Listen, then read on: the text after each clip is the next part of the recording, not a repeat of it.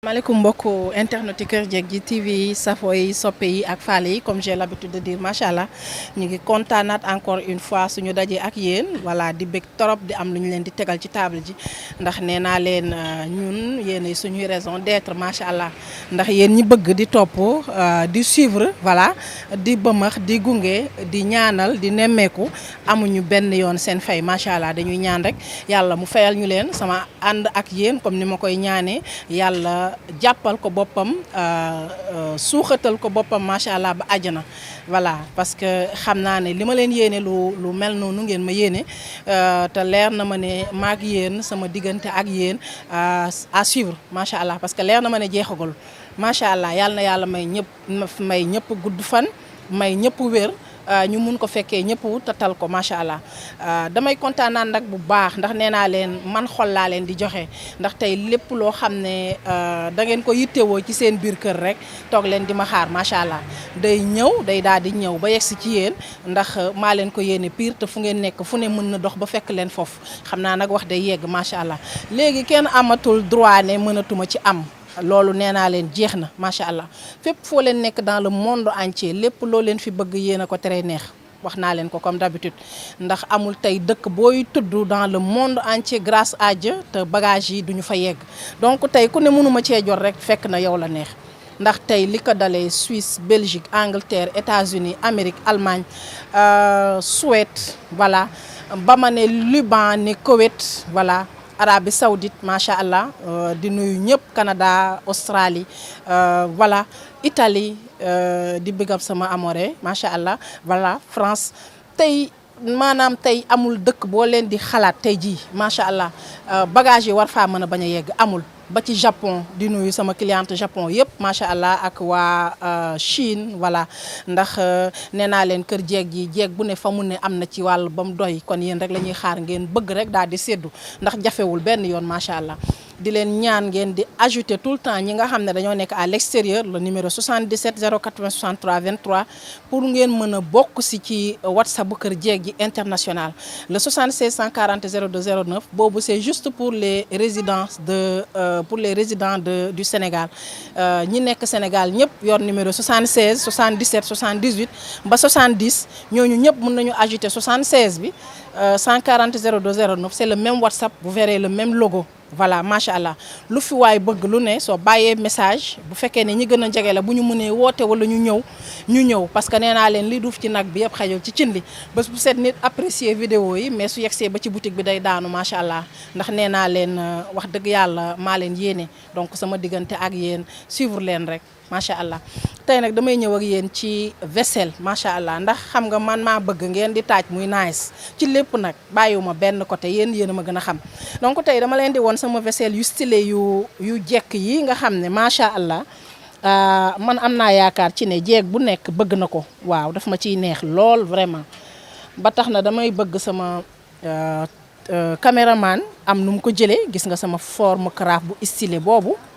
def strass noonu comme ni ma koy waxee taq ba yàqu voilà am classe daal wax dëgg yàlla parce que lii ku ci service sa alaaji wala nga service sa ay gan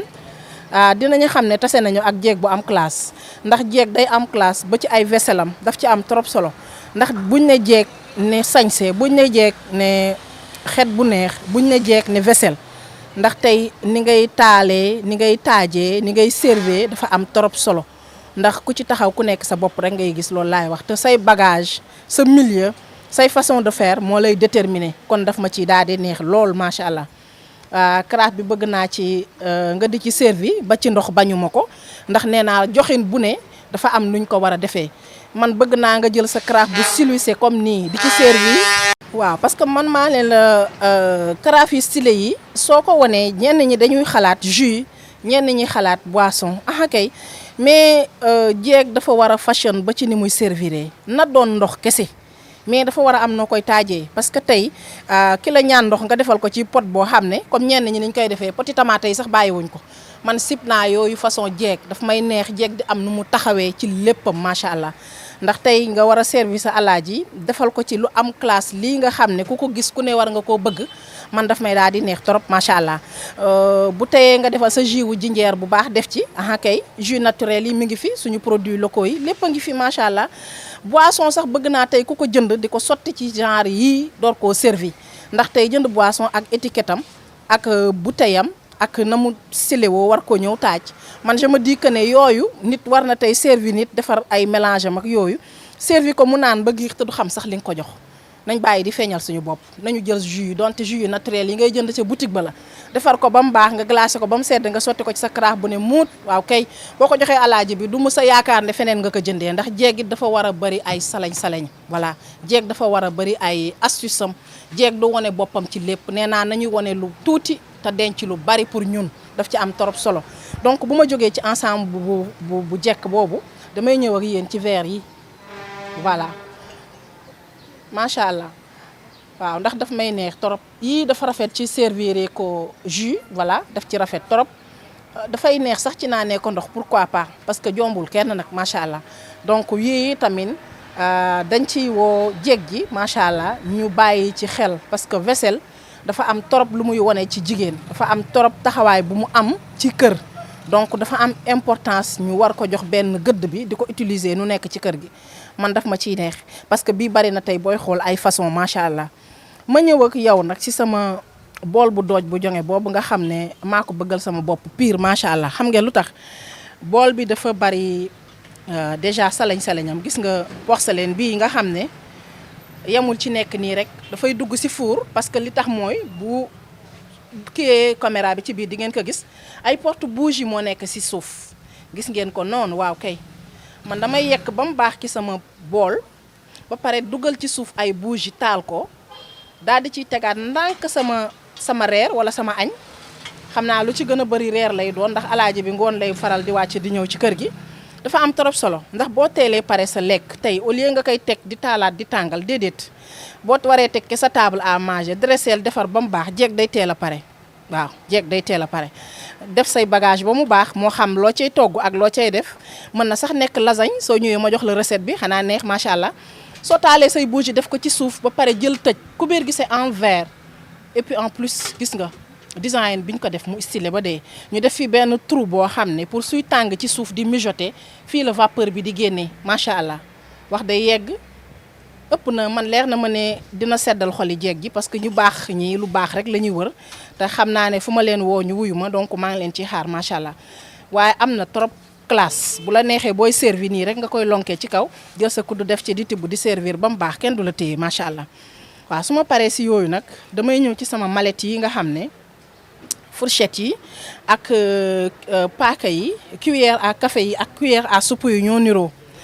waaw lii tamit li tax may bëgg jeeg ji di ko yor mooy man damaa bañ torop ku teg añ jël juróom-ñaari façon kudd yu bokkul teg ci bool bi bañ naa torop loolu danaa ci xeeb loolu jeeg ndax nee naa leen toujours rek ci côté harmoniser luy ànd ak am solo bët kenn mënu ko tere mu gis te dafa am loo xam ne bu rafetee ci xool day neex ci xol macha allah mu doon lu am solo donc tey dinaa try ba nga xam ne man su ma taajee sama lekk kudd ya may teg ci plateau boobu dina doon ay kudd au moins yu niroo voilà mais léeg-léeg nga gis jeeg bu la tegal lekk benn kudd du ci niroog moromam fukki kudd ak ñaar yii di dëng yii di damm yii di dagg gémmiñ nañ ko moytu loolu aussi nañ ko bàyyi trop xel macha allah war ngaa gën a génn tey ci togg sa salade sa fiiriir wala sa tufe bu mu baax wala sa ginaar wala lu mu munti doon fourchette yaa ngi noonu te lu mu ci munti doon tey boo génnee fourchette génnee paaka wax dëgg yàlla wax day yegg très franchement jeeg daal dafa war a ami bagage ndax assorti yu ànd yi nga xam ne doo def ay xartuma ki mbasin ki may lus boole ko man daf may daal di neex dafa am trop solo voilà su ma jógee ci loolu damay ñëw présenter leen sama sous verre yi sous plat la sous plat yi xam nga li tax ma fonk ko mooy tey ñenn ñi bu ñu yekkee dara tey pour war ko servi maanaam benn service benn nit dañ koy bëgg a yekk ci benn plat rek dem ne borom am déedéet plat dafa am noo koy servir parce que sous plat yi loolu lay jëriñ bii tey boo xoolee mën na def service yi boppam parce que lu mel ni ay neem fataaya wala grignotant yi non seulement plat bi xoolal leen ma nu mu naayisee mais dafa mën a def loolu directement nga ñëw taaj te xam naa ne am na garantie ndax qualité boo xam ne la macha allah du verre donc du toj boo ci defee sa service boobu ba mu baax su beneenee tey mën nga ko servir comme sous plat pour ñu yor table ndax tey am na ci yoo xam ne couleur yoo xam ne mën na ànd ak genre bool yi la nga assortir ko ak moom def sa vaisselle def sa plat teg ci kawam teg ci sa cuillère ak sa fourchette wala teg sa fourchette ak sa paaka voilà. li nga xam ne da nga koy soxla ci sa plateau bi yëpp nga mën ko ci teg tegaale ci benn assiette boo xam ne boo waree tibb service sa bopp ci assiette boobu nga koy def xam naa di ngeen comprendre wala prochaine fois rek ñu dellusi ci vidéo parce que man maa bëgg ngeen di ko jëlee noonu ma koy waxee ba mu jeex ngeen comprendre ko ba mu jeex macha allah. c'est bon voilà gis nga nii damay kontaan ci wax dëgg yàlla parce que gis nga xolal ma noonu ma ko assortiré ba taajal leen ko macha allah voilà. sous plat bi laa jël teg ci sama benn voilà bool laa ko mën a tuddee moom laa ci def ci sama cuillère ak fourchette ak couteau bi voilà loo leen ci bëgg a def rek pratiquement loo leen ci bëgg a def ensemble mën na dem ak moom parce que tey booy servir tey imaginer boo yore woon lii kese bëgg a servir voilà lii moo gën a jekk wax dëgg yàlla moo gën a am classe macha allah ndax man lii ku ma ci servir dinaa lekk de macha allah ku ma ci servir rek ma lekk voilà léegi bu ma paree si boobu ma ñëw ci façon bi ba tey moom it ba léegi mën na def plateau service mën ngeen ci servir yenn yoo leen bëgg mais mën na retourner tey nekkat sous plat comme li ma leen ci woon sànq parce que tey boo xoolee design bi tey su ma neexee ma def ci boobu wala ma def ci lii sax bool bi bool bi teg ci sama cuillère à côté voilà xoolal sama service boobu macha allah def sama sous plat def ci sama bool maa xam lu ma ci servir ak sama cuillère bi aussi porcelaine la moom matière bi ñoo niroo voilà verre la gis nga cuillère bi porcelaine la donc mu ngi noonu macha allah wala muy sama fourchette rek ça dépend ma ne ko wala muy sama fourchette rek ça dépend donc gis naa ne loolu it assortiru na macha allah amul nu mu àndeewul wax dëgg yàlla moom it jekk na lool wan naa leen ko argentin bi moo nekk noonu ndax argentin bi tey ku ci teg blanc bi kese aussi dafay dem voilà ku ci teg blanc bi kese dafay dem te yi am nañ ci façon yu bari yoo xam ne mën na def soit ñami suukar wala yenn service loo ci bëgg rek macha allah mën na ci dem donc daf ci daal am solo man daf may neex lool vraiment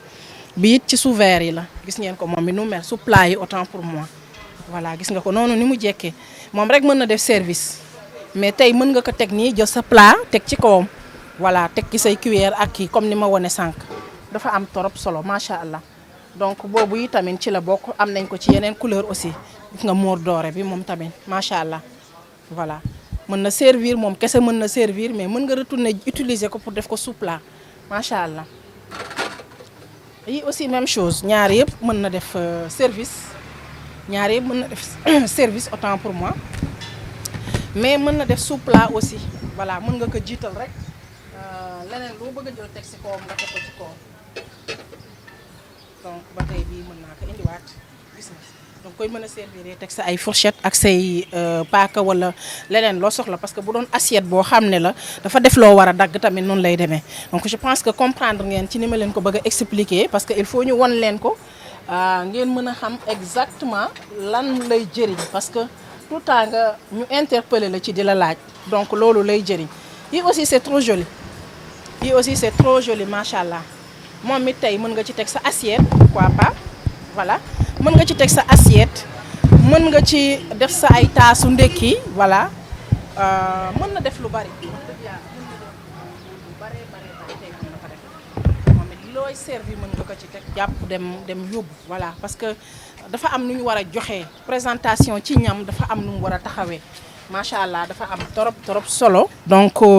yaakaar naa ne loolu leer na naññi pardon bi aussi ci yooyu la bokk gis nga ko sous plat bu rafet boobu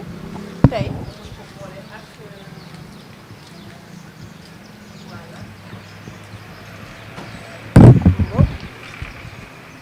mu jekk lool moom tamit voilà macha allah ma ne ko macha allah yoo ci boole rek nga jàpp ne yooyu moo war a ànd ndax wax dëgg yàlla ci façon bu mu taxawee daf ci am trop solo yii aussi dama leen di orienter à chaque fois pour ngeen di ci am ndax li tax mooy dafa bari lu muy jëriñ dafa bari lu mën a jëriñ gis nga ak 3 cavités yooyu tey macha allah dafa am trop solo lu bari tamit daf ci mën a dem parce que dafa rafet tey ni mu mel nii rek c'est décoratif mën nga ko teg décorer ko mais dafa mën a def lu bari tey ci jeeg bu jonge jeeg bu xam place am jeeg bu am classe jeeg bu ñeme boppam waaw jeeg bu wóolu boppam lool macha allah mën na ci génn ci fu sore ndax daf may neex ba ci añukaay bi waaw def benn bi xooñ comme ni ma koy waxee def benn bi sa soosu kaani wala sa daqaar def bi ci des sama caat aha kay ndax gis nga présentation ci ñam man daf ma amal trop importance ndax damay bëgg jeeg ji di ci doxee nu ne ndax dafa am trop solo waaw da ngay oser rek tey li ngay jëlee xooñ di def fee jël booli plastique def fële jël ñeex mi bàyyi ci ngandi bool boo xam ne tuuti ñeex doo nga ciy nekk ma caat mais amul sens da nga koy présenté fu rafet foo xam ne waxuma la jigéen ñi mais góor ñi sax dinañ am envie lekk si loolu moom laa gis man loolu moo ci ëpp solo macha allah gis ngeen boobu yi aussi bii ci 4 cavités la ñëw moom macha allah bii ci 4 cavités la ñëw mais dama ciy ñëw ak ci yéen loolu rek laa leen di waxaat ba tey parce que bii bu dee fruit pour kenn nit la mun nga ci def ay fruits def tàggate sa différents fruits comme bële pour sa fourchette bu ndaw accompagner ko ak moom su dul loolu it mën na dem ci añukaay bi ak ay cavité mag ay boolam yu rafet parce que c'est en porcelaine gis ngeen ko nii sous forme de fraise voilà ba tey rek moom it même chose nga def sa sebon bu baax benn bi mën na def bisaab bëgëj bi daf ma ciy neex benn bi nga def suul bi ci des nga def sa diwtiir beneen bi nga def sa naka la oignon cru soble bu ñorul bi su ko defee da ngay am sa lépp ci lii te foo ko taaj dinañ xam ne bii jeegantuwul macha allah daf ma ciy neex lool ndax dama bëgg jeeg bu ne am nu mu taxawee ba fees place am ci lépp nag lu mu munti doon macha allah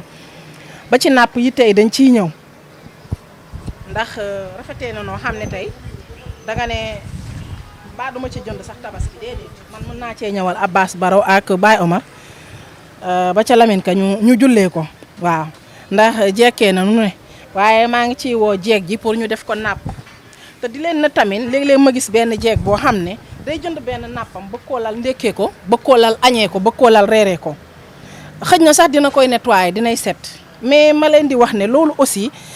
nañ ko bañ fi jamono ji toll nii jeeg jëpp war a taxawee neneen macha allah ndax li tax mooy tey boo lalee ndékki ku ne xam na ne ndékki àndut ak yenn xeet yu sëcc yi du soos bu ciy tuuru du xeeti jën du leneen ak leneen lu mu munti doon ndékki c'est plus simple tey donc napp bi nga xam ne da nga ko war a utiliser pour ndékki napp boobu warul jote dara ak bi nga war a tege saañ ndax tey napp bi ngay tegee añ ak lu mu set dina am xeetu togg da ciy nekk quoi que l'on puisse dire même boo ko dee fóot tout le temps même boo ko dee laal eau de javel à chaque fois boo ko tàllalee dafa am odeur bu sew bu ciy génn te loolu tey mënul dem ci ndékki donc chaque chose ak place am nañu wut napp boo xam ne uniquement pour ndékki la ñu wut suñu napp boo xam ne uniquement pour añ la tey napp tissu yi ñu ngi fi ba may wax ne nañ ciy lal napp plastique yu transparente yi pour éviter faute bu bari bi mais tey napp yi foog naa dafa ñëw ak boppam ci style boobu parce que rafet na design bi dafa rafetee noo xam ne ëpp na ba pare tey nga mën ko lal mu jekk lool rafet attirant voilà nga mën ko booleeg lu la neex wëlbatikuwaat tey bu tilimee nga mën ko fóot te nga mën ko fomp mën nga ko fomp 3 jours 4 jours te doo ko dugal ci ndox di ko fóot voilà donc yii yëpp amee na solo nu ne may xamal ne ñoom Baye Omar nag du jesner dafa rafet rek waaye ñoom mën naa leen ci ñawal yëre tabaski ñoom dinaa leen ci ñawal ñoom ak Abbas Baro ñoom ñëpp dinaa leen ci ñawal mais macha allah tey dafa jot c'est très très grand tey doo ko lal une partie ci lekk bi di dem ci suuf ak yu kenn xamul dafa jot pratiquement voilà yaakaar naa ne daal jeeg ji dinañ ma ci toppee nu ne macha allah ndax am na solo amee na solo noo xam ne ëpp na ndax xam naa ne macha allah yéen xam ngeen maag yéen taxawaguñu incha allahu rabbi ndax lépp rek dama naan à suivre ndax xeeti baax fii la rek benn adresse ci Mariste Kër Jeeg ji la maison des femmes wala woman house pour anglophone yi waa États-Unis ak Angleterre di leen big up bu baax di leen xaar ci xeeti baax yi foo leen ko bëgg ak noo leen ko bëggee rek yéen a ko teree neex macha allah kon yaakaar naa ne li ma leen wanati tey saf na leen voilà di ñaan rek mu fekk leen ci jàmm ak tal comme ça maag yéen ñu jokkoo rek ku ne am ci wàllam maa jeex na amul benn problème donc foofu laa leen di tàggoo macha allah di leen ne à suivre ndax nee naa leen sama diggante ak yéen du sori ndax léegi ma dellusiwaat macha allah bu leen bouger yéen toog leen rek merci.